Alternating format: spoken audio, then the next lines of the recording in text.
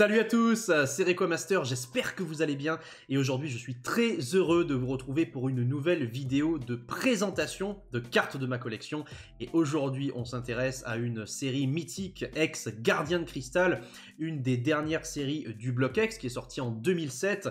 Vous savez que 2007 c'est aussi l'année de sortie de Diamants et Perles en France, donc on est vraiment à la toute fin du Bloc X et franchement il y a des cartes magnifiques dans cette série. Donc on va commencer sans plus tarder la présentation pour éviter que la vidéo passe 1 heure comme à mon habitude. On sait un petit peu comment ça se passe avec moi quand je commence à parler pendant des heures des cartes que je vous présente. Bref, on commence avec la première de la série, donc le Branet illustré par Umemoto. J'aime beaucoup cette illustration, je la trouve magnifique. Les cristaux. Alors, la particularité de Gardien de Cristal, comme son nom l'indique, c'est qu'il y a des cristaux de partout. Pour ceux qui ne le savent pas, sur quasiment toutes les illustrations, vous pouvez retrouver des cristaux, soit dans le fond, dans l'arrière-plan, ou alors vraiment au premier plan. Parfois, ils sont vraiment bien cachés, d'autres fois ils sont pas du tout cachés et ils sont assumés. En tout cas, vous pouvez quasiment à chaque fois retrouver des cristaux sur les illustrations de cette série et c'est vraiment plaisant. Donc la carte de Umemoto, c'est un style un petit peu particulier. Alors le Branet est vraiment bien dessiné, mais au niveau du fond c'est vrai que c'est assez déroutant comme fond holographique, mais personnellement j'aime beaucoup, ça marche avec moi et comme je le dis souvent sur le Bloc X, si on avait toujours les mêmes illustrateurs, ça serait vraiment la même chose et donc on prendrait plus autant de plaisir face aux illustrations de Kuki Saito, d'Atsuko Nishida, de Kagemaru Emeno, de Fukuda, si on n'avait pas justement des petites pépites de Umemoto comme ça par exemple. Fait vraiment plaisir, donc très très très belle carte franchement. Le petit Branet pour commencer. Alors ensuite on arrive directement avec du très très très lourd, la deuxième carte de la série, ceux qui connaissent cette série savent déjà de qui je vais parler. Il s'agit donc du Tortank. Le magnifique Tortank, la deuxième du set de Masakazu Fukuda. Donc vraiment une carte magnifique. Fukuda qui est l'illustrateur de toutes les stars. Il a illustré toutes les stars du Bloc X, ainsi que le Amphinobi Star qu'il y a eu dans Célébration. Donc on peut voir à nouveau les cristaux un petit peu partout, comme je vous le disais précédemment, mais surtout la posture, la pose du Tortank qui est vraiment incroyable, sensationnelle. Fukuda c'est le roi de la pose, c'est le roi de la posture, c'est ce que j'aime de la posture et non pas de l'imposture. Attention, attention. Mais c'est ce que j'aime dire à chaque fois, c'est-à-dire que Fukuda il arrive, si vous voulez, à cristalliser les Pokémon dans une pose, dans un mouvement, dans une spirale. Et là, c'est le cas avec Tortank. Vous voyez, il est presque photographié au sommet de sa forme, en contre-plongée. Et je trouve ça magnifique. Il arrive à cristalliser les Pokémon vraiment dans leur pose la plus avantageuse. Et je trouve ce mouvement toujours fascinant. Donc voilà, Tortank, magnifique carte sortie de booster. Donc comme à chaque fois, je vous le précise une fois par vidéo. Après, je ne vous le redirai plus. Mais toutes les cartes que vous verrez aujourd'hui sont des cartes qui ont été tirées de booster par mes soins. À Gardien de Cristal, j'ai ouvert une display complète et aussi pas mal de boosters en loose. Je ne sais plus combien exactement. Mais voilà, on n'est que sur des cartes sorties de booster par mes soins. Elles n'ont pas encore été gradées, celles-ci. Mais voilà, c'est sorti de booster, c'est du beau, c'est du lourd. Et ça fait toujours plaisir à voir. Donc pour le moment, dans Gardien de Cristal, la seule carte que j'ai envoyée à la gradation, c'est le Dracofeu. Donc vous ne le verrez pas aujourd'hui, le Dracofeu. Je vous l'ai déjà présenté sur cette chaîne. La carte est revenue. Elle est revenue PSA 9, ma Dracofeu holographique de Gardien de Cristal, tout simplement. Donc vous pouvez aller voir le retour PSA correspondant à cette carte, mais c'est là que vous la verrez sur ma chaîne en tout cas. Aujourd'hui, on ne présente aucune carte gradée, ce ne sont que des cartes de classeurs que je n'ai pas encore envoyées à la gradation et qui sont tout simplement, voilà, qui sont là, qui sont belles et ça fait plaisir aussi d'en voir. Donc magnifique Tortank, les couleurs très très bien choisies. Je trouve ce vert, ce bleu, ce violet, c'est magnifique, c'est un rayon de soleil ce Tortank. Et donc c'est la deuxième du set, petit logo de Gardien de Cristal ici. Et il y a 100 cartes dans la série. Je rappelle que les stars ne sont pas des cartes secrètes, donc elles font partie de la numérotation de la série. Ensuite, troisième carte, c'est une Holo Reverse. Il s'agit du Camerupt de Mitsuhiro Arita, donc ce n'est pas rien. Vous avez donc le logo de la série, Gardien de Cristal. Pour les Reverse, comme savez hein, très certainement sur énormément de séries du Block X, vous avez le logo pour les Reverse qui se trouve en bas à droite du cadre. Alors c'était pas le cas hein, pour les premières séries, l'équivalent des séries ADV au Japon, hein, par exemple Rue Saphir, Tempête de Sable, Team Aqua Magma, etc. Ces séries-là, eh bien, vous avez l'effet reverse patine classique, mais vous n'avez pas le logo de la série en bas à droite. C'est arrivé après, il y a des exceptions. De toute façon, il n'y a que des exceptions dans le Block X. Hein. À chaque série, quasiment, on change la brillance, on change l'effet reverse, voire même l'effet holographique. Donc c'est assez difficile pour un novice hein, de jongler entre toutes ces informations et tous ces repères. Sachez en tout cas que là, effectivement, les Reverse ont bien ce style particulier, avec le nom des Pokémon en or, les PV en or, la petite étoile brillante comme les ultra rares, et le logo de la série en bas à droite du cadre. Donc Camerupt illustré par Mitsuhiro Arita, donc forcément le sens du détail, hein, avec Arita on a l'habitude, le Pokémon est très bien dessiné, on a beaucoup de détails au niveau de son corps, justement des cailloux et des cratères hein, qui ornent son dos, même au niveau de ses yeux, de sa tête de manière générale, on sent la patte artistique de Arita, ça fait plaisir à voir, les couleurs très belles, très bien choisies encore une fois. Et cet effet reverse, donc là l'effet reverse n'est pas holographique hein, comme on avait pu le voir par exemple avec Ex-Créateur de Légende ou d'autres séries, mais c'est un effet effectivement de film reverse qui se trouve sur tout le cadre de la carte. Voilà. C'est ça qui montre que la carte est reverse, simplement. Donc la quatrième du set c'est le Dracofeu, vous l'avez compris, hein, je ne vous le montrerai pas aujourd'hui, il est déjà gradé, si vous voulez le voir n'hésitez pas à check sur ma chaîne la vidéo correspondante. J'ai déjà montré ce Dracofeu, la réception en tout cas de Dracofeu qui est revenu PSA 9, je vous le rappelle. On passe donc à la cinquième du set, le Trio Piqueur. Donc Trio Piqueur de Komiya, ça fait plaisir un petit peu de voir du Komiya de temps en temps, on reconnaît son style entre mille bien évidemment, avec ce côté un petit peu Picasso, un petit peu cubique dans la manière de traiter les Pokémon, mais aussi effectivement ces gouttes de sueur hein, qu'on retrouve sur pas mal de cartes de Komiya. J'aime beaucoup la couleur du fond de la carte, ces couleurs un petit peu marron, un peu comme vous savez, comme le Groudon holographique d'Ex-Emerald. Hein. Il y a énormément de cartes dans le Block X comme ça, qui ont ces teintes rougeâtres, marron, au niveau de l'effet holo, et je trouve que ça rend vraiment très bien. On a une sorte de demi-swirl en haut à droite du cadre. C'est vraiment très sympa. La carte brille bien, et là, donc j'ai pris deux cartes, la version holo classique et la version holo reverse. Voilà, comme ça vous pouvez comparer les deux, à gauche la version holo reverse et à droite la version holo, vous voyez bien les différences en termes d'effet holographique, hein, les points simples à droite, l'effet, voilà le film de patine à gauche, le logo en bas à droite pour la version reverse, bref, le jeu des 7 différences vous l'avez, mais en tout cas c'est la même illustration, et c'est une carte magnifique illustrée donc par Komiya, un illustrateur emblématique hein, franchement, du TCG Pokémon. À nouveau, une carte où vous allez pouvoir admirer la différence entre la version holographique et la version holo reverse. Alors la différence, c'est que comme c'est un Pokémon espèce delta ici, eh bien, dans les deux cas, vous n'allez pas avoir les points holographiques propres aux holos. Voilà, vous allez comprendre ce que je veux dire. Autant là, sur le Trio Piqueur, la version holo avait bien des points holographiques, contrairement à la version reverse. Par contre, pour ce Ludicolo, qui est espèce delta, effectivement, eh bien, on a la même brillance que les holos de Île des Dragons, vous savez, où on a ce film holographique présent sur toute la carte, que ce soit sur les tranches ou sur le Pokémon, et pas de points classiques holographiques de brillance. Voilà, ça c'est la version holo simple, et derrière vous avez la version holo reverse. Voilà, comme ça vous pouvez voir un petit peu de quoi il retourne. Donc ça c'est une illustration de Fukuda, encore une fois, hein, vous savez maintenant ce que j'en pense de cet artiste.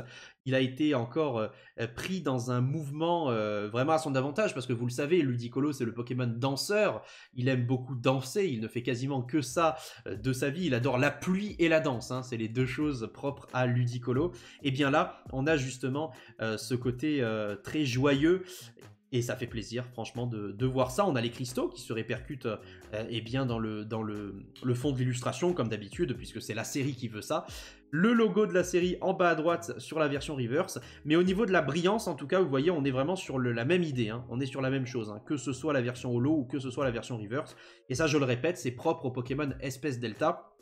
On peut en retrouver dans l'île des dragons, mais on peut aussi en retrouver dans Phantomolon, par exemple, et dans bien d'autres séries. les Pokémon changent de type parce qu'ils ont été confrontés au rayonnement de la tour Olon. Et effectivement, eh bien, leur métabolisme a changé, leur type a changé. Ludicolo, normalement, est de type eau-plante, et là, il est de type feu, hein, donc vraiment l'opposé de son type habituel.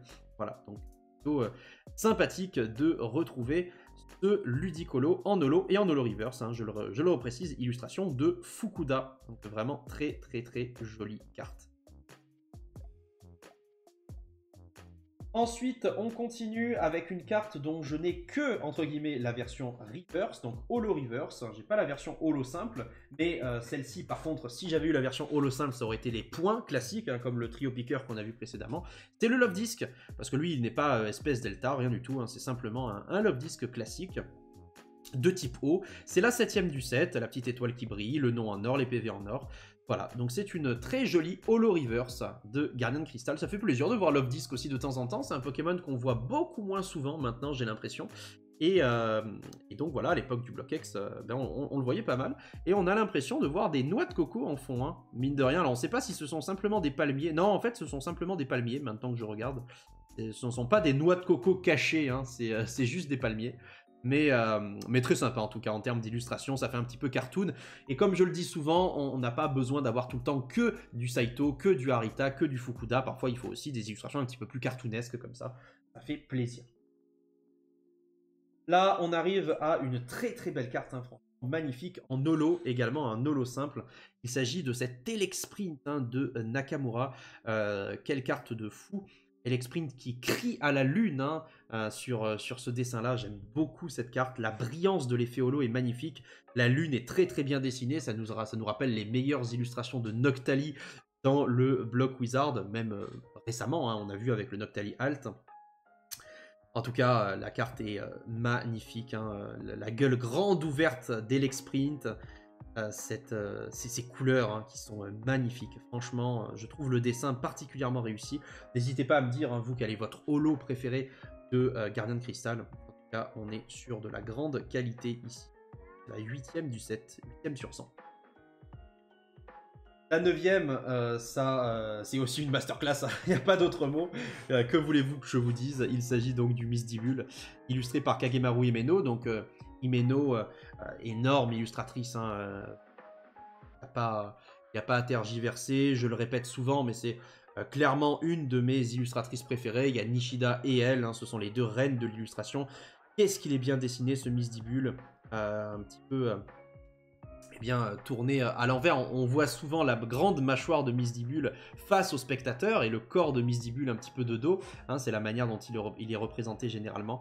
En tout cas, Himeno ici nous a pondu une illustration merveilleuse. Donc on retrouve les marqueurs, hein, les marqueurs classiques de Himeno, c'est-à-dire les reflets solaires et les flares, hein, voilà, donc c'est tout toujours assez classique, beaucoup de lumière, hein, sur les illustrations de Himeno et beaucoup de reflets dus au soleil, et des petits points blancs de temps en temps, un petit peu de patine. Voilà, ça c'est propre au travail de Himeno.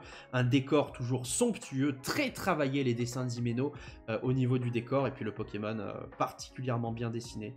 Voilà, le logo de la série en bas à droite, et puis c'est une holo reverse, donc ça brille de partout. Voilà pour le Misdibule holo reverse. Ensuite, on passe à une carte qui est vraiment très belle, représentative de la série Guardian Crystal. Il s'agit de ce Tenefix, illustration de Baba, donc Yukiko Baba. On a un très joli swirl ici, hein. Vous voyez la swirl, la spirale en haut à droite. Tenefix, c'est un Pokémon que j'aime beaucoup, Tenefix. Alors déjà qu'il mange des cristaux habituellement, Tenefix, hein, c'est son repas principal. Alors en plus, dans la série Guardian Crystal, une série qui est consacrée aux cristaux, vous imaginez bien que forcément on allait nous mettre des cristaux un petit peu partout. Ça paraît tout à fait logique. Ça n'a pas loupé, hein. On a des cristaux verts, bleus, rouges, voilà, on a un petit peu de tout. Il est dans sa grotte, hein, Tenefix, c'est un Pokémon qui vit dans les grottes, et il est magnifique. Franchement, même les cristaux qui scintillent, hein, de mille feux, c'est trop beau. J'adore cette carte, hein, carte de 2007, hein, je le rappelle. Guardian Crystal, ça fait partie des toutes dernières séries du Block X avec Gardien du Pouvoir. C'est vraiment magnifique. Très belle carte. À nouveau, un Pokémon que je vais pouvoir vous montrer à la fois en holo et en holo reverse, dessiné par Mitsuhiro Harita. En plus de ça, il s'agit de Avaltou. Avaltou, donc la 11e du set, dessinée par Arita. Donc ici, vous avez la version holo, et derrière vous avez la version holo reverse. Donc voilà, maintenant vous commencez à comprendre le pattern, hein, je pense pour ceux qui n'étaient pas forcément habitués à cette série. Vous voyez comment on différencie, à cette époque-là en tout cas, une holo d'une holo reverse. Il a la bouche, la gueule grande ouverte, cet Avaltou. Mais vraiment très bien dessiné, hein, par Arita. Énormément de détails, que ce soit au niveau du Pokémon, mais au niveau du fond aussi, hein, de la végétation, de la flore. Absolument magnifique. Et puis cet effet de brillance qui rend tellement hommage au Pokémon. Ça, magnifique. Très très très très belle carte. Hop, avant-dernière holo de la série. Simplement, nous allons passer au sublime Tauros. Le Tauros de Kusajima. Donc là, on est en plein dans ce que, je vous répète, hein, à chaque fois que je parle de Kusajima, c'est-à-dire dans les teintes violettes un petit peu, hein, qu'on retrouve souvent dans les illustrations de Kusajima, au niveau de la queue, des queues de Tauros, au niveau du décor, des roches, on retrouve vraiment des teintes violettes, même au niveau du ciel, un peu partout. Et il adore traiter cette couleur, hein, dans ses illustrations, donc ça fait vraiment plaisir. Tauros très bien dessiné, entouré comme d'une aura lumineuse, hein, probablement éclairé de la lumière argentée de la lune, et ça fait vraiment vraiment plaisir de le voir comme ça. Le décor très sombre, en fait, est là pour passer au second plan, hein, et pour mettre en valeur vraiment le Tauros, qui est là au premier plan, qui est au centre de l'attention, et c'est vraiment magnifique, hein. Quelle illustration de dingue, une magnifique brillance holographique en plus, donc très très très beau ce Tauros, rien à dire. Et toute dernière holo de la série, illustration encore une fois de Mitsuhiro Arita. Il s'agit donc du Gros Doudou, le très joli Gros Doudou, la 13e du set, dernière holo, donc du maître Arita, avec des cristaux, hein. Les cristaux sont tellement énormes à ce stade que Gros Doudou est carrément adossé à un cristal géant, donc c'est vraiment très très beau. Franchement, la carte est sublime. Qu'est-ce qu'il est bien dessiné, ce Gros Doudou, il n'y a rien à dire, hein. Toute la fibre artistique de Arita transparaît ici sur cette illustration. On a même des cristaux un petit peu dans le fond.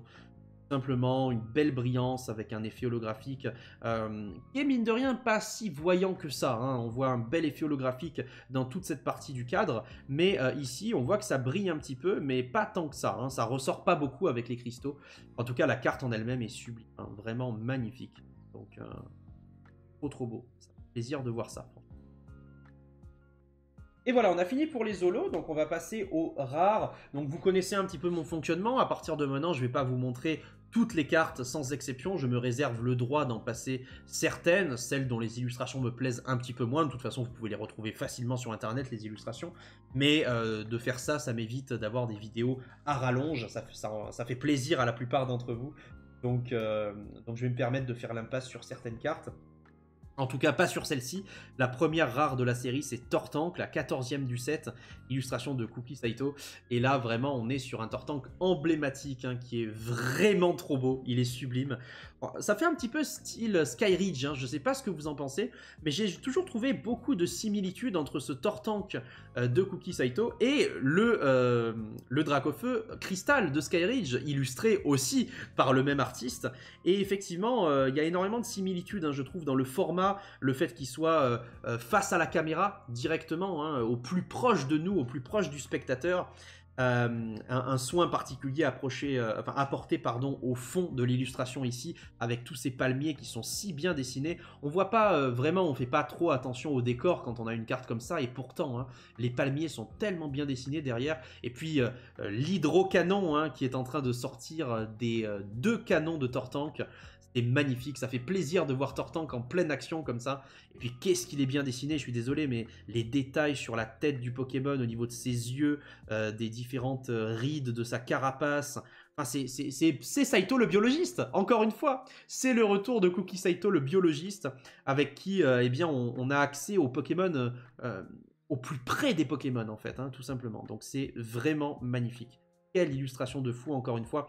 Vraiment, elle aurait mérité d'être en holo, mais on a déjà un Tortank holographique dans la série, donc ça aurait été un petit peu compliqué de mettre deux Tortank holographiques. Me direz-vous, dans des séries comme Phantomolon, par exemple, on a plusieurs Deoxys en holographique, mais après, ce sont des formes différentes. Bon, voilà. Donc, à chacun de voir un petit peu ce qu'il aurait été possible ou pas de faire. En tout cas, magnifique Tortank. rien à dire là-dessus.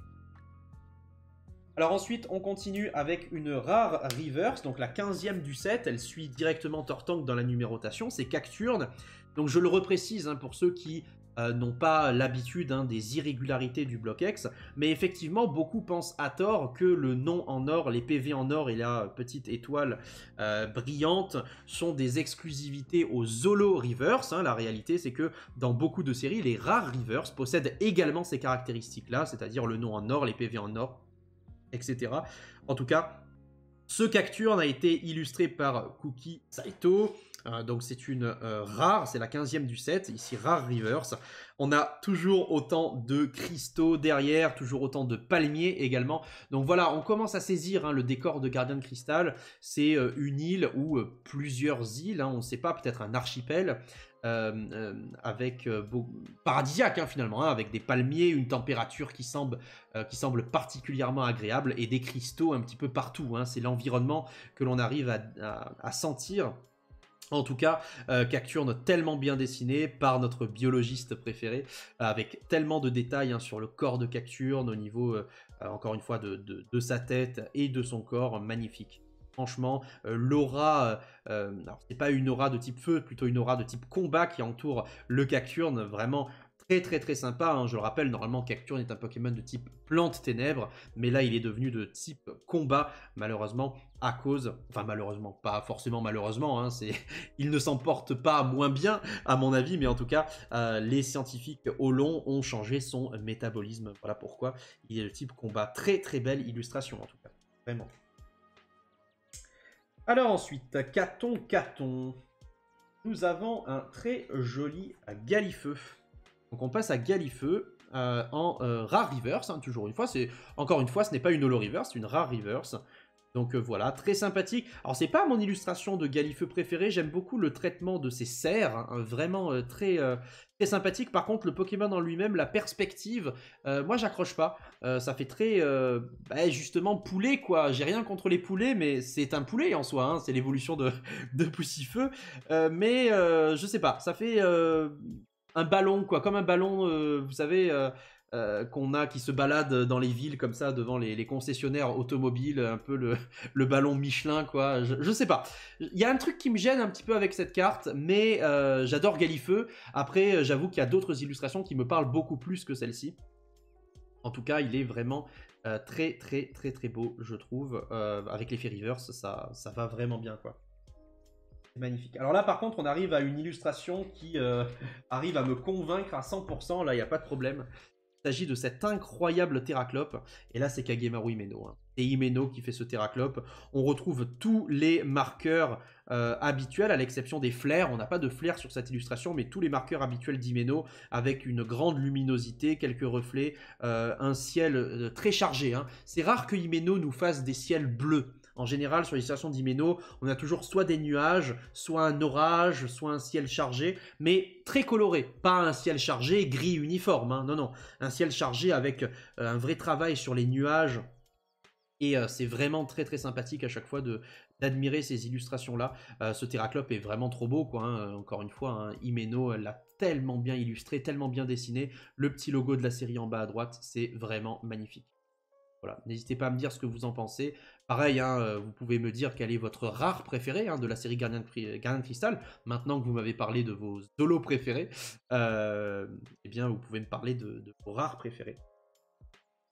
Continuons sur notre lancée avec une autre carte qui est magnifique hein, également. C'est le Rapace de Pique. Hein. Le Rapace de Pique en rare reverse. Illustration de Kuki Saito. C'est fou comme un Pokémon aussi anodin que Rapace de Pique. J'aime beaucoup Rapace de Pique, mais c'est vrai que ça reste assez commun comme Pokémon. C'est fou quelle ampleur il peut prendre dans le bloc X et surtout sous la plume d'illustrateurs comme Kuki Saito. C'est phénoménal, hein, franchement. Donc là, le Pokémon est de type électrique. Hein, il a subi les rayonnements au long. Maintenant, vous avez l'habitude. Hein, c'est pour ça qu'il a effectivement cette aura électrique autour de lui avec tous ces petits éclairs qui sortent de son corps. En tout cas, quel Pokémon incroyable. Saito qui a réussi à lui donner ici une envergure monstrueuse, hein, comme un véritable vautour. On sent en fait hein, l'envergure du corps de Rapace de Pique, son agressivité aussi. Et le fait qu'il soit de type électrique, ça rajoute encore ce côté assez puissant, je trouve. N'est pas neutre finalement, hein. On sent une vraie virulence dans cette illustration. Et puis cette brillance de l'effet reverse qui se répercute sur tout le Pokémon en lui-même, de ses ailes jusqu'à son bec. C'est phénoménal. Donc la 18e du set, vraiment une carte que j'aime profondément. Ce rapace de pique donc de Saito. Ensuite, on passe à probablement ma rare préférée de la série. Alors là, malheureusement, je n'ai pas la version reverse à vous proposer parce qu'elle est en cours de gradation, tellement j'aime cette carte. Mais j'ai au moins la rare à vous montrer. C'est le Masco. Hein. Ce Masco, la 19e du set de Masakazu Fukuda. Je pense que c'est mon Masco préféré du Block X, on peut le dire. Junko, mon Junko préféré du Block X, c'est celui de Ruby Saphir, la carte holographique de Ruby Saphir. Mais en tout cas, mon Masco préféré du Block X, je pense que c'est lui. Il a tout pour plaire, il est vraiment dans son environnement naturel, c'est-à-dire dans la jungle. Hein. Masco, c'est un Pokémon qui aime se déplacer comme ça de branche en branche, un Pokémon qui est très agile. Là, on sent qu'il est en train justement de se déplacer d'arbre en arbre, de sauter dans les airs. Il est tellement bien dessiné, c'est Fukuda qui l'a illustré. Donc Fukuda, vous connaissez son amour pour le mouvement, pour la pose, pour la posture. Et bien là, c'est ce qui se passe avec ce Masco. Il est figé, il a été cristallisé par Fukuda dans une pose absolument magnifique en spirale, hein. On sent la spirale, on sent le mouvement. Qu'est-ce qu'il est fort pour ça, Fukuda, c'est vraiment sensationnel. Donc une aura de type psy autour de Masco. Pourquoi? Parce qu'il s'est pris les rayonnements des scientifiques au long, voilà, tout simplement.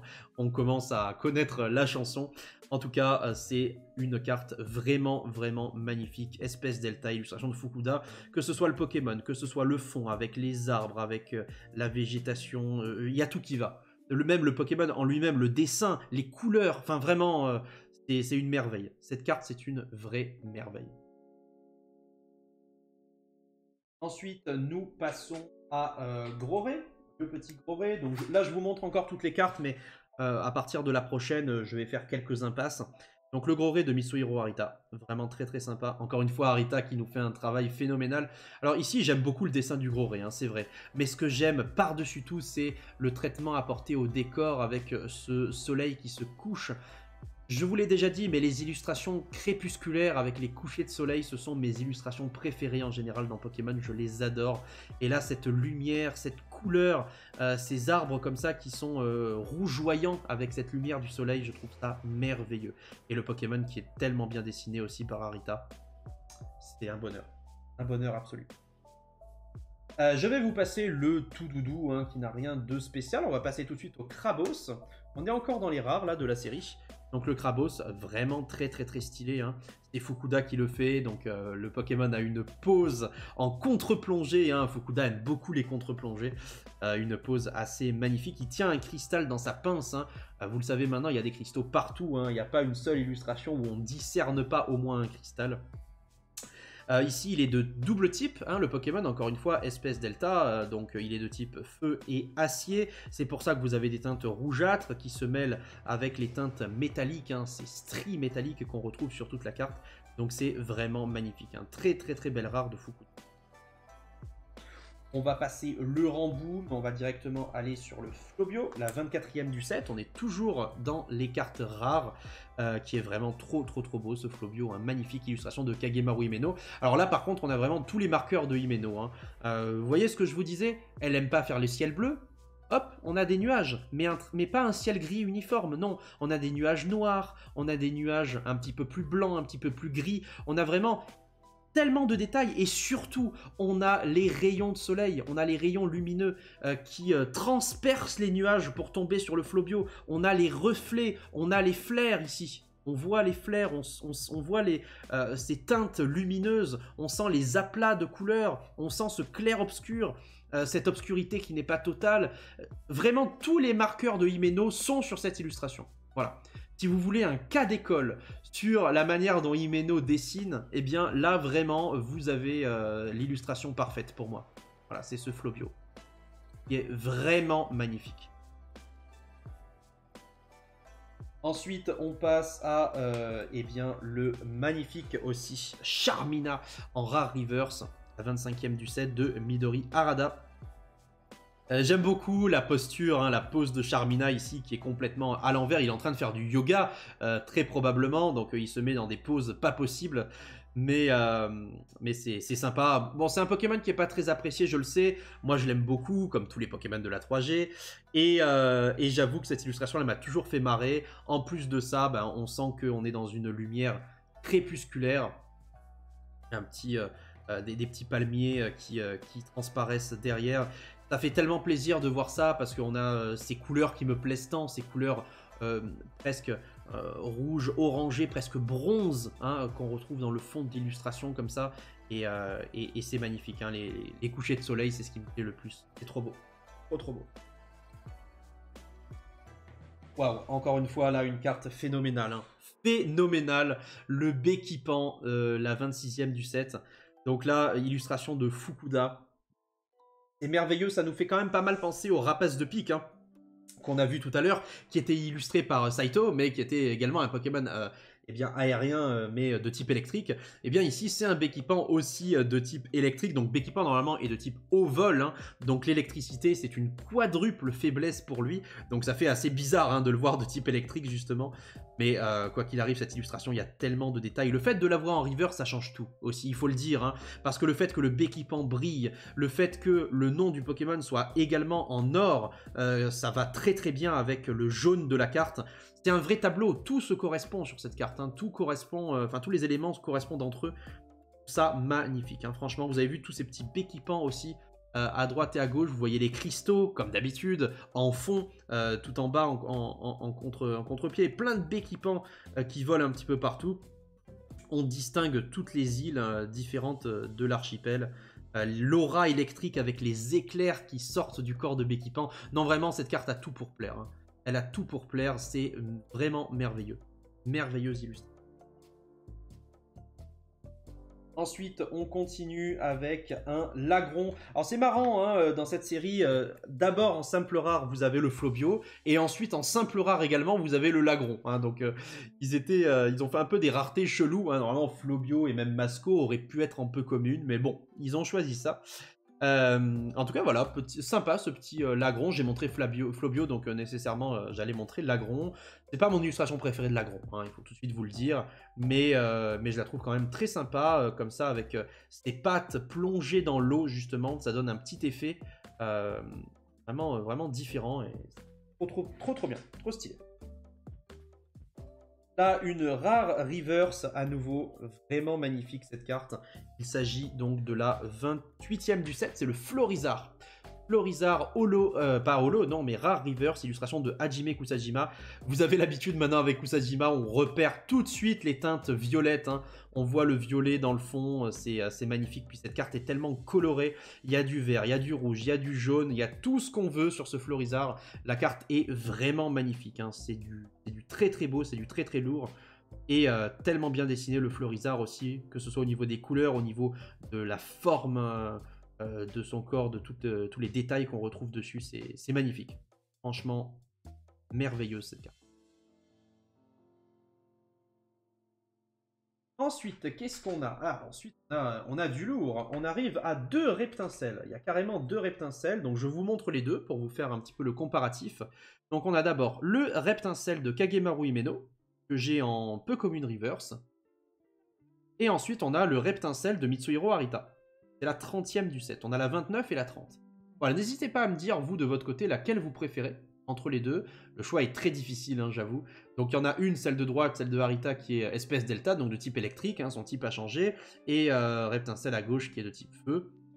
Moi j'avoue que j'ai un petit faible quand même pour le Reptincelle de Himeno, parce que voilà, j'adore le travail de Himeno, mais celui d'Harita est magnifique aussi, hein, franchement, avec sa flamme là qui rugit presque au bout de sa queue, et puis la posture un petit peu en spirale comme ça de Reptincelle, non, c'est magnifique, hein. Franchement, les deux sont très très belles, donc je vous les compare. Et ça sera à vous de trancher et de me dire celle que vous préférez. Je vais vous épargner le Galifeu de Hadashi. Je le trouve pas sensationnel. Décidément, les Galifeux dans cette série, c'est pas ce qu'on retiendra. Hein, ça sera pas la grande réussite. Par contre, je vais vous montrer le très joli Masco. Très très joli Masco de Nakamura. Alors je préfère quand même largement le Masco en rare hein, qu'on a vu précédemment, que je vous ai présenté, de Fukuda. Mais ce Masco, il est quand même très joli, je trouve, hein, de Nakamura, avec les cristaux en fond, arc-en-ciel, hein, multicolore ces cristaux.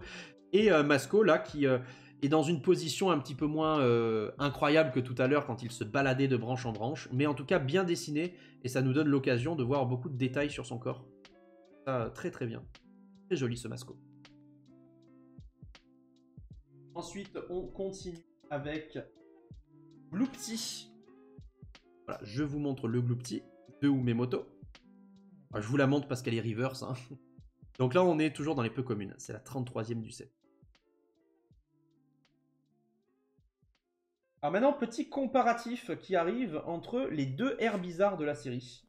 À nouveau, comme Reptincelle, vous allez pouvoir me dire lequel vous préférez.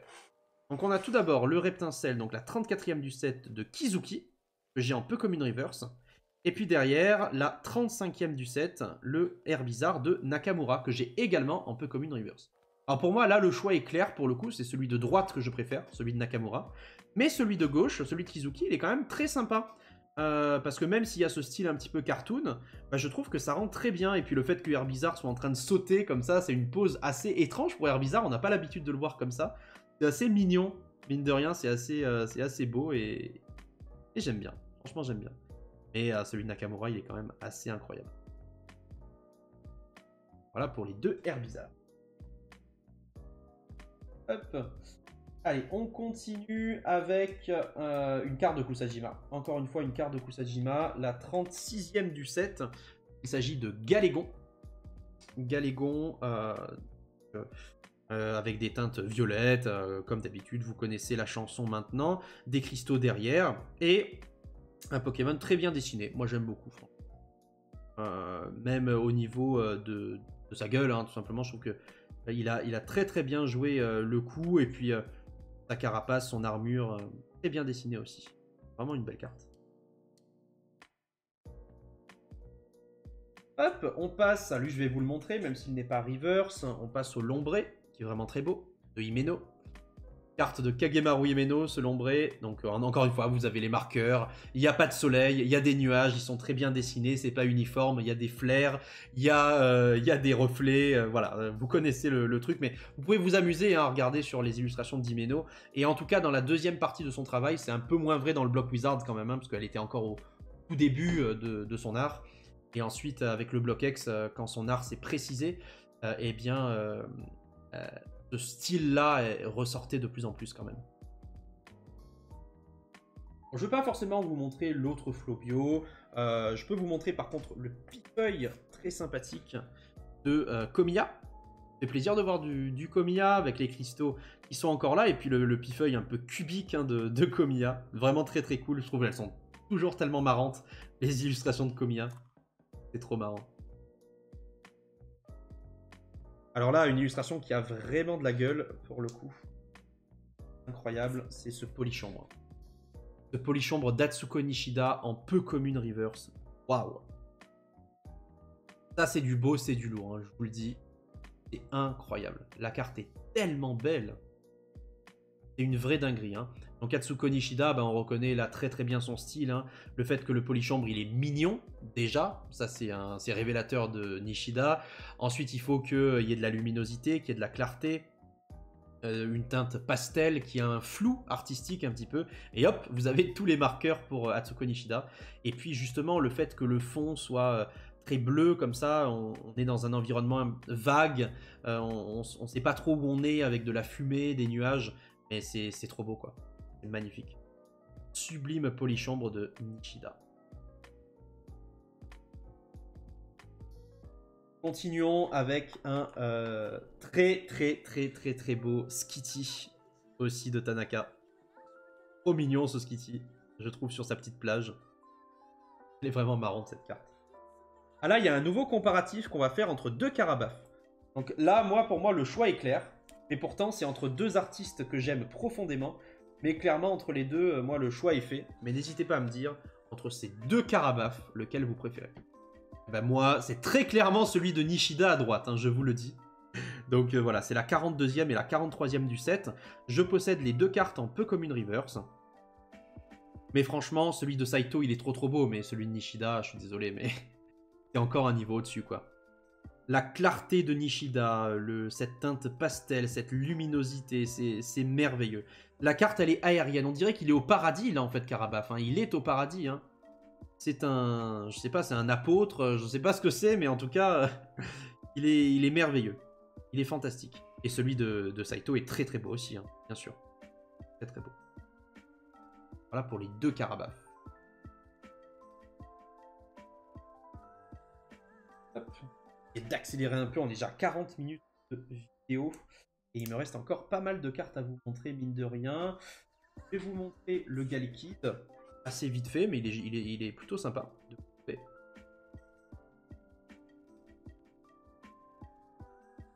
Là, on arrive aux communes, hein, ça y est. On est aux communes. Allez, je vous fais quand même le comparatif entre les deux Bulbizarre. Hop là. On a le Bulbizarre de Kizuki et le Bulbizarre de Himeno. Bon, pareil. Pour moi, le choix est vite fait, c'est celui de Himeno, là. Clairement, c'est celui de Himeno. Il y a tellement de détails, tellement de lumière, tellement de beauté, c'est monstrueux, quoi. Celui de Kizuki est très beau, très mignon aussi, hein. En train de manger sa petite fleur, là.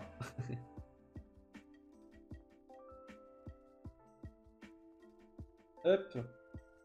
Allez, on passe à Cacnea. Petit Cacnea. Plutôt sympa. De Komiya. En reverse. Trop cool. Ensuite, nous avons une nouvelle comparaison. Nouvelle comparaison à vous offrir. Lequel préférez-vous entre le Salamèche d'Atsuko Nishida et le Salamèche de Mitsuhiro Arita? Eh bien, pour une fois, je préfère largement le Salamèche de Arita. Ouais, clairement. Clairement, celui de Nishida est très joli, mais je sais pas, je trouve qu'il lui manque quelque chose à la carte pour passer le niveau supérieur, quoi. Mais elle est déjà très belle, hein. Par contre, celui de Arita, il est merveilleux. Qu'est-ce qu'il est bien dessiné, ce Salamèche. En plus, de type électrique, hein. Espèce delta. Mais il est trop bien dessiné. Je trouve vraiment... Waouh, quoi. Je suis surpris à chaque fois que je vois cette illustration. Donc voilà les deux petits Salamèches en commune.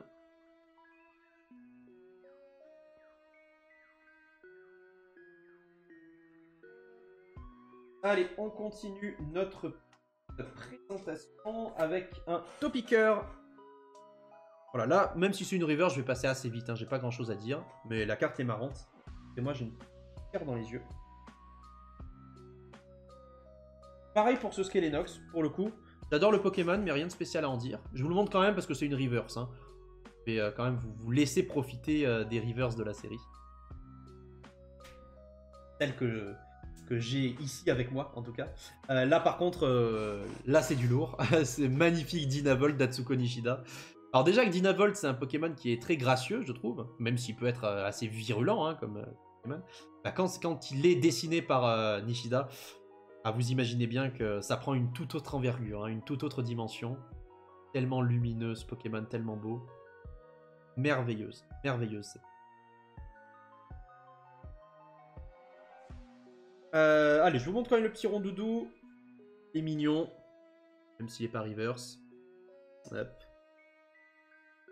Ensuite, nous avons le petit Krabi de Komiya, pour les fans de Komiya. Hop. Là, on passe à peut-être ma commune préférée de la série. C'est possible. Il s'agit de ce Nenupio. De ce Nenupio en commune reverse d'Aya Kusube. Alors ça, c'est vraiment du très lourd.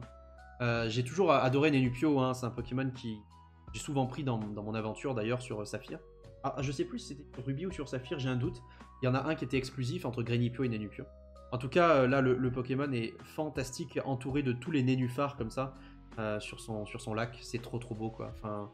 Il est tellement bien dessiné, vous avez vu ça, ce coup de crayon qu'on a sur les nénuphars, mais aussi sur le Nenupio. On sent, encore une fois, hein, toutes les étapes qui ont mené à ce résultat. Le processus artistique, en fait, est très bien raconté. Et le fait que la carte soit reverse, ça la rend encore plus belle, puisque la brillance fait ressortir le Nenupio, je trouve. C'est trop beau. Hein. Je pourrais rester des heures sur cette illustration à chaque fois. Magnifique.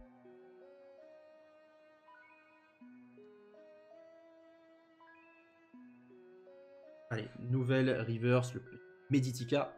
Toujours autant de cristaux hein, pour la série Gardien de Cristal, avec ici, ce sont vraiment de couleurs arc-en-ciel. Hein, il y a toutes les couleurs qui sont représentées. Oh, qu'est-ce qu'il est beau celui-là. Alors, je vais vous montrer à nouveau un comparatif. Vous allez pouvoir juger entre les deux. Ça va être assez dur de juger, hein. Moi, personnellement, j'arrive pas à faire mon avis, là. Donc, vous allez me dire, vous, ce que vous en pensez. Entre ces deux Gobu, on a le Gobu de Nakamura, en reverse, et le Gobu de Kusajima. Les deux sont tellement beaux, je trouve. Ils ont leur charme, hein. Ils sont pas du tout pareils, hein. Ils ont vraiment... c'est vraiment deux salles, deux ambiances, quoi. Mais les deux ont vraiment leurs caractéristiques, je trouve, hein. Celui de gauche est clair, lumineux, il a une belle pose, une belle posture, il est avenant. Et celui de droite, beaucoup plus mystérieux, mais des couleurs intrigantes, un véritable clair-obscur, ça, il est beaucoup plus frappant à l'œil, quoi. Donc, waouh, les deux vraiment ont leurs caractéristiques, mais je les adore. Les deux, je les adore.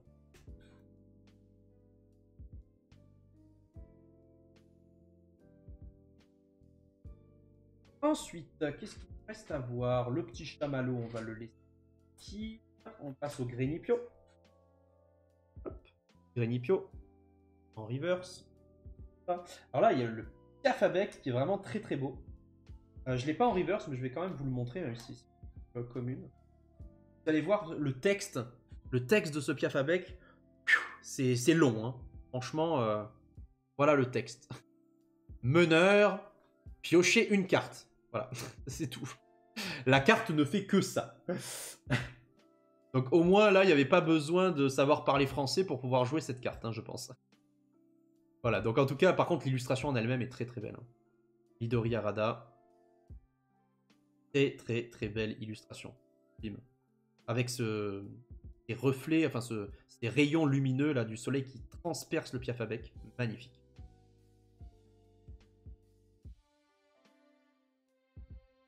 Petit Spoink. Le petit Spoink en reverse. Pas mal d'illustrations de Kizuki dans cette série, hein. Un petit peu cartoon, c'est sympa. Ça rend bien, je trouve. Fleur violette là, vraiment cool. Allez, nouvelle comparaison. Nouvelle comparaison, vous allez pouvoir me dire ce que vous en pensez, laquelle des deux vous préférez. Hop. Je sors les deux. Vous avez le choix entre le carapuce de Kuki Saito et le carapuce de Hajime Kusajima. Et bien là, je préfère celui de Kusajima, et je pense que même si les deux avaient été reverse, ou qu'aucune des deux n'avait été reverse, j'aurais quand même préféré celui de Kusajima. C'est vrai que là, l'effet reverse quand même embellit la carte, hein, il faut le dire, mais je pense que c'est pas uniquement dû à ça, hein, c'est dû aux couleurs aussi qui sont déjà très très agréables, très très belles, hein, sur ce carapuce. Au niveau du soleil, au niveau de tous les effets. En fait, il y a tellement d'effets, il y a tellement de travail sur cette carte, ça a dû demander un temps fou. Et c'est ça, je pense, que j'ai envie de saluer, tu vois, c'est le processus artistique. Le processus artistique et vraiment la complexité du dessin. Le petit carapuce de Saito, toujours aussi sympa par contre.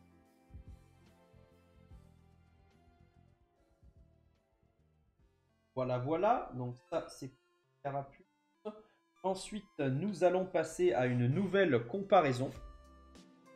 Nouvelle comparaison pour vous entre les poussifeux. Donc là, c'est plus dur à dire. Il n'y en a pas une des deux qui me marque. Là, vous voyez, il n'y a pas une des deux illustrations où je me dis waouh, incroyable quoi. Donc, ouais. Finalement, quand j'y pense, c'est vraiment la lignée évolutive qui a été la moins réussie dans cette série. Galifeu, Galifeu, Braségali. Je trouve vraiment. D'habitude, c'est les Pokémon que j'adore sur les cartes. J'aime quasiment toutes leurs illustrations. Mais là, dans Gardien de Cristal, parmi les starters, donc Arco, Gobu et Poussifeu, je pense que c'est la lignée de Poussifeu, pour moi en tout cas, qui a été la moins réussie. Hop.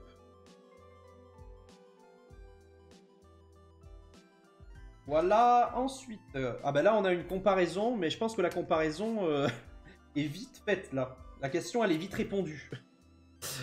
Je sais pas si vous avez le même avis que moi, mais entre les deux Arcos, il y a une évidence qui se dégage quand même, hein. Je suis désolé, hein, c'est pas que je suis un fan de Fukuda, mais quand même, quoi. Il est quand même beau, hein. Il est quand même très très très beau, hein. Bon, en plus, il est reverse, donc ça change tout, mais qu'est-ce qu'il est beau cet Arco. Qu'est-ce qu'il rend bien. La pose, encore une fois, la posture que Fukuda lui a donnée, les couleurs tonitruantes. C'est magnifique. Alors lui, il est beau, hein, le petit Arco pâte à modeler, mais voilà, je suis désolé, mais... C'est le jour et la nuit, quoi.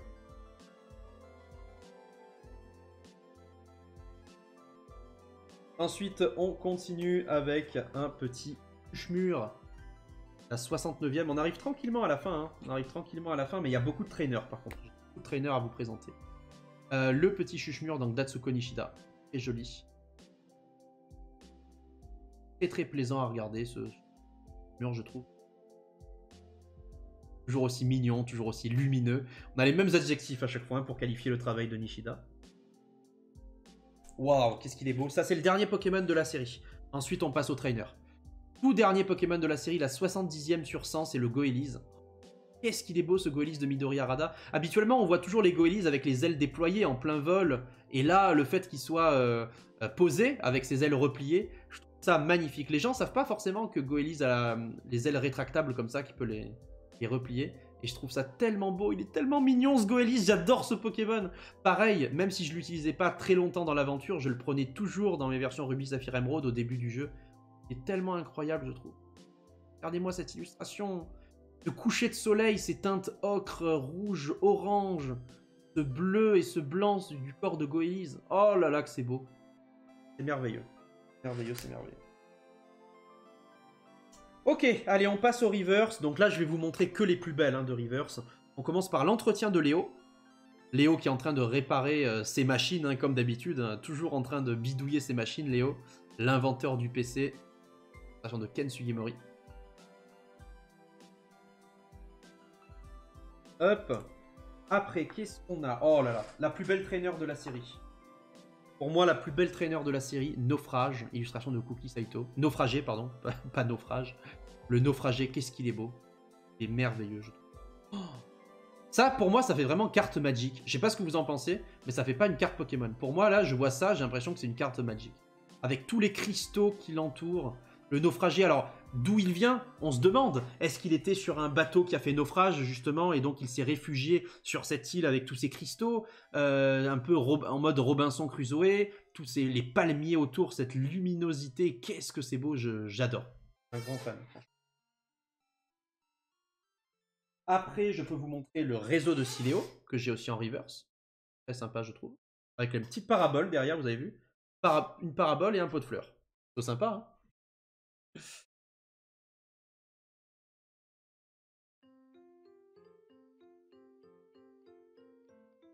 Ça, c'est beau aussi. Ça, c'est du lourd. La plage de cristal. Regardez-moi ça. Qu'est-ce que c'est beau, ça brille de mille feux. Je sais pas si vous vous en rendez compte là en vidéo, mais franchement, il y a des scintillements de partout. Ça scintille de partout, il y a les cristaux qui se reflètent, la mer turquoise, c'est un décor paradisiaque. C'est vraiment un décor paradisiaque. Moi, vous me dites, tu pars en vacances là-bas, j'y vais immédiatement, tu vois. C'est incroyable. C'est merveilleux. Puis ce ciel, ah, ça me pousse à l'aventure, là. Ça me donne envie d'explorer des choses. Magnifique, cette plage. Magnifique, magnifique. Ensuite, nous avons l'écharde de cristal. La voici. Très sympa. La double guérison totale de Ryo Ueda. Ryo Ueda, je le rappelle, hein, l'illustrateur d'une grande partie des ex du Bloc X, et pas que. Une autre trainer que j'adore, hein, franchement, le cercle Olon. Est-ce que c'est beau, ça? Cercle Olon, hein, c'est une structure qu'on retrouve notamment dans la série Fantôme Olon, avec des pierres qui sont disposées en triade, hein, toujours. 3 avec au centre un artefact principal. Et donc là, on retrouve tout à fait ce type d'architecture, sauf que cette fois-ci, les artefacts sont symbolisés par des cristaux, hein, vu qu'on est dans la série Gardien Crystal, donc magnifique. Hein. Avec cette mer au fond, waouh! Pareil, une trainer qui est complètement dingue, la baie de mémoire. Vous avez vu le détail, le dessin sur cette baie, c'est magnifique, hein, franchement. Oh, cette luminosité, cet éclairage. C'est une simple baie et pourtant elle devient tellement belle. Elle est tellement incroyable, je trouve. Donc ensuite on a l'écharde, on peut passer au Pokénav directement. Donc le Pokénav, c'est un objet qui a été inventé par la famille Devon, hein, les fameux Devon de Mérouville, avec le père de Pierre Rochard, le maître de la Ligue. Et c'est eux, sont des gens très riches, une multinationale, hein, la Devon, qui a mis en place le Pokénav, effectivement, pour aider les dresseurs dans leurs aventures. Ensuite, nous avons le point d'échange. Bah, j'ai plus que 2 cartes à vous montrer. Le point d'échange en reverse, avec les mystères qui s'échangent entre eux, visiblement, dans un flou, dans un damier un petit peu flou. Et est-ce que c'est la dernière carte? Oui, derrière, il n'y a rien de spécial. Dernière carte que je voulais vous présenter, parce qu'ensuite, ce sont des trainers assez classiques, mine de rien les autres. C'est cette tempête de Ryo Ueda, la carte tempête en reverse, qui est vraiment magnifique. Avec, bah là, on sent bien la tempête, hein, pour le coup. Les palmiers qui sont quasiment couchés, tellement le vent souffle fort, les herbes, c'est la même chose. On arrive à sentir presque le gémissement du vent. C'est merveilleux, je trouve, cette illustration. Ça nous prouve aussi que cette île, Guardian Crystal, ou cet archipel en tout cas, n'a pas que un temps paradisiaque, hein. De temps en temps, il y a des tempêtes qui traversent cet archipel, et c'est magnifique de voir ça, je trouve. Voilà. C'est une belle manière, je trouve, de conclure cette présentation de la série Guardian Crystal. J'espère vraiment que cette vidéo vous a plu. Si c'est le cas, bah, n'hésitez surtout pas à me le faire savoir dans les commentaires. Vous pouvez liker la vidéo, vous pouvez la partager si vous voulez soutenir mon travail. N'hésitez pas à rejoindre mon Discord, vous pouvez me contacter sur Instagram si vous avez la moindre question. Et puis en attendant, moi je vous donne rendez-vous très vite pour de nouvelles vidéos. Allez, merci à tous et prenez soin de vous. Ciao, à la prochaine.